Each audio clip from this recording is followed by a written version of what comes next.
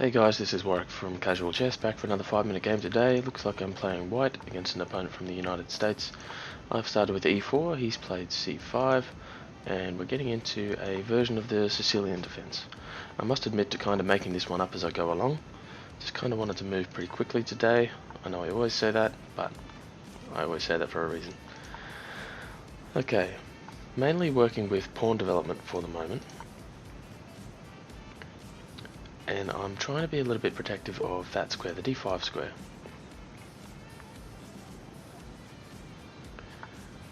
I must say it hasn't quite worked out for me. But after castles I can redirect this bishop from f1 to e1 and then potentially look to take that knight.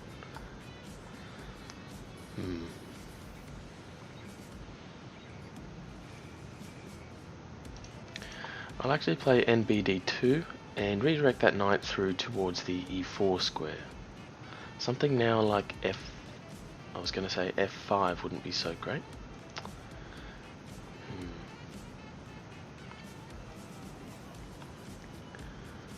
I have to say that's actually a pretty good move there. So how do we defend against this? Of course, I'm not protecting that square at all.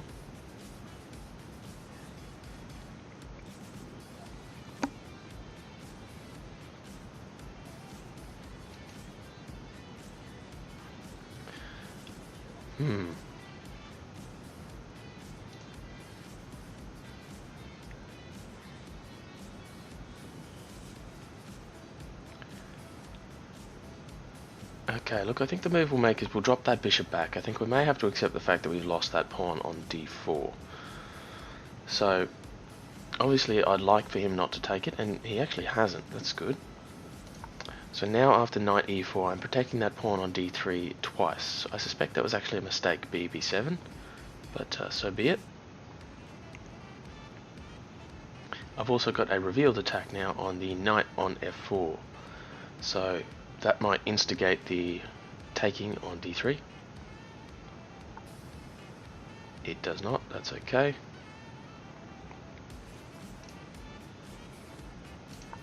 I think rook e1 now. And I'd really like to get my bishops into the game a little bit more. So what about something like bg5?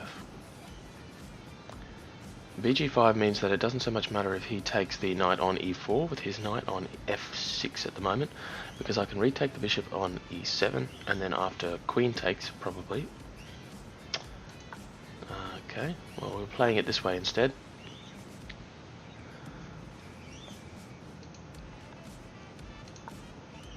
I will double stack those long range pieces on the e file, queen to e2.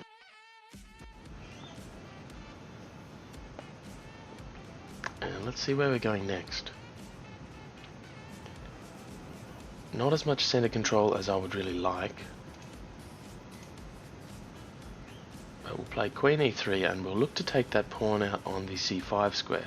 Something like queen to d5 would probably protect that. Alternatively queen to b6, although that keeps him a little bit more out of the game than he might otherwise like.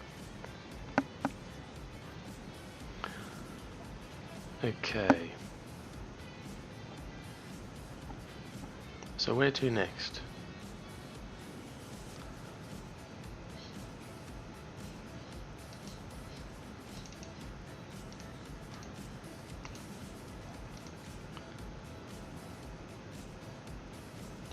I'm starting to think that maybe bishop a2.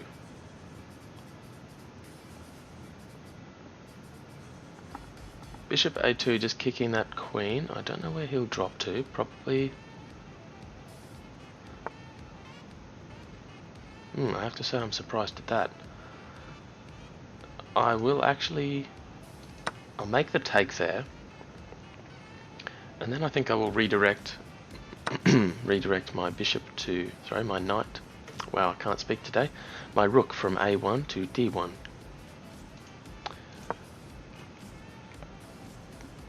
Just be back in a moment. Might have to fix my headset. Just a moment.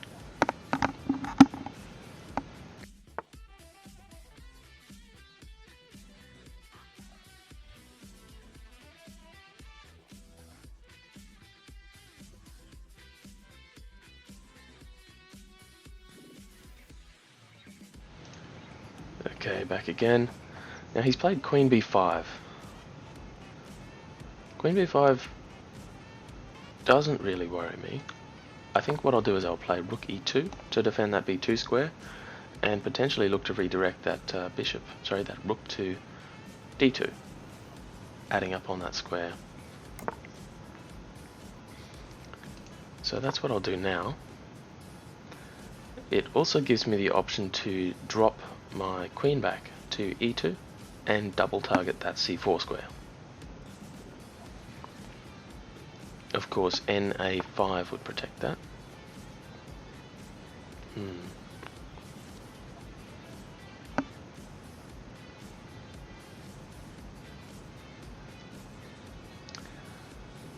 Okay, he wants to take that knight off the board. I think I might let that happen, actually.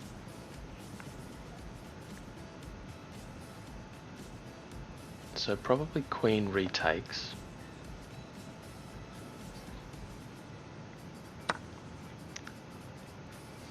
But then after queen retakes, what about something like rook to d7?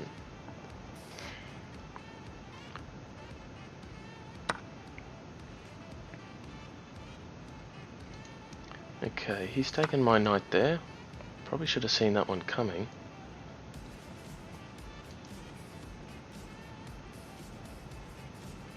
I think I'll take his bishop there. And I suspect that he'll be forced to take my queen. Whoops! Oh, I just saw it at the last minute. I can't believe it. I said yesterday, this is what happens when you play in the morning when you can't pay attention to your opponent's moves and you're only paying attention to your own. That was so silly. I was just staggered by that. I saw it as soon as he made the move. Well, just a moment before he made the move. So let's see how that played out. Queen takes e5. Queen takes e4. Of course, the move should have been queen takes, bishop takes, bishop takes. But it didn't work out that way. Unbelievable. How foolish. Well, there's not much to say by the analysis, I suppose, but let's jump into it anyway, and let's see just how bad that really was. Alright, back in a moment. Okay guys, we're back with the analysis now, so just checking up the top right hand corner here, you can see the accuracy scores were fairly high, 84.8 for my opponent, 73.4 for me, playing white. A couple of best moves each, a couple of brilliant moves for him, good moves for me, book moves for both of us. A lot of inaccuracies for me though, 7 to 4 actually. 2 mistakes versus my opponent's 3, so he had one more of those, but the blunder is really where I threw it away. 1 for me, 0 for him. So, checking out the details of the game, let's go back to the start. Let's play through. You can see that the development here is pretty reasonable. It definitely wasn't as good as it could have been, but we were holding pretty steady in the center. So let's check this out now. We're up to, where are we? That's Nf3, so we're 7 moves deep, and at the moment we're negative 0.45, so I've allowed my opponent to take some of the advantage, probably developing a little bit too quickly, but so be it. Like I said, we were playing quickly and we were just making it up as we went along. Alright, skipping ahead a little bit more. All of this is fine, playing best moves here. My opponent makes an okay move, good move, Nf4, but that wasn't so good for me in follow-up, so I played Bb1 trying to defend that D3 pawn. It simply says that I should have advanced that, and I kind of see that now. I was really trying to focus on defending that D3 pawn, but I could only defend it with one piece at a time, even if I revealed that knight from D2 and moved it elsewhere. The the queen that he has on D8 and that knight on F4 were both attacking it twice. So that was the only way to defend it actually, was to play D4, which I failed to do. He nonetheless ignored it and didn't take when he should have, playing Bb7. After that I was able to reveal that knight and then defend it twice, protecting that pawn there, and we're playing through the game pretty well normally now. It's suggesting this was an inaccuracy, but I don't really mind that. I was trying to get some pieces off the board, and had it worked out I would have accepted that. In the end it did work out, and after retakes my mistake was queen e2. I should have taken this pawn on c5. I don't know why I actually failed to do that. I think I was just focusing on protecting the E file, just getting right up on that.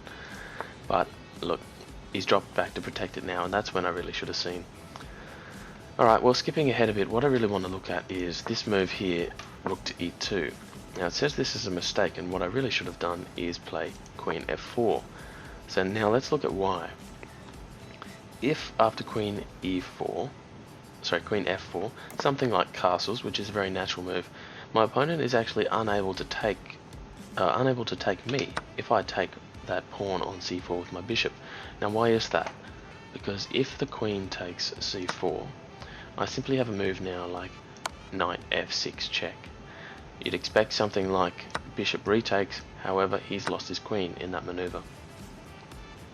So that's why I would have been able to take that pawn anyway with bc4 had I made a move of something like queen f4, which again lines me up fairly aggressively to where my opponent is castling towards. That's really what I should have been going for. Anyway, that's the big error, but look, we'll skip ahead here. Doubling up those rooks was actually not the best move.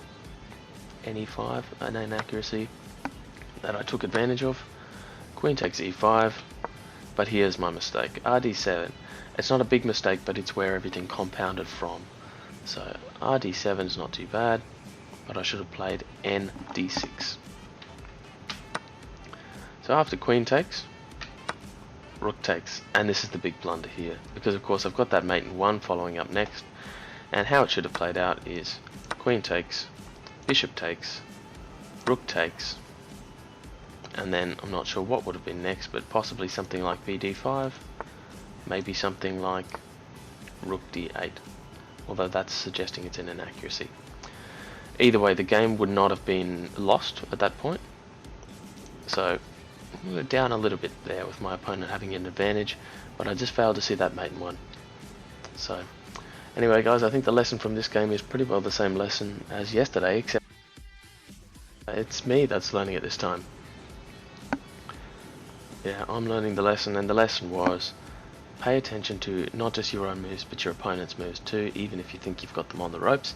The game is not over until it's over. Alright guys, well, we'll leave it there for today, and I will see you in the next one. Give the video a like if you would like to. If you don't want to, please let me know what I could do to improve, and hopefully you'll consider subscribing and coming back for another one.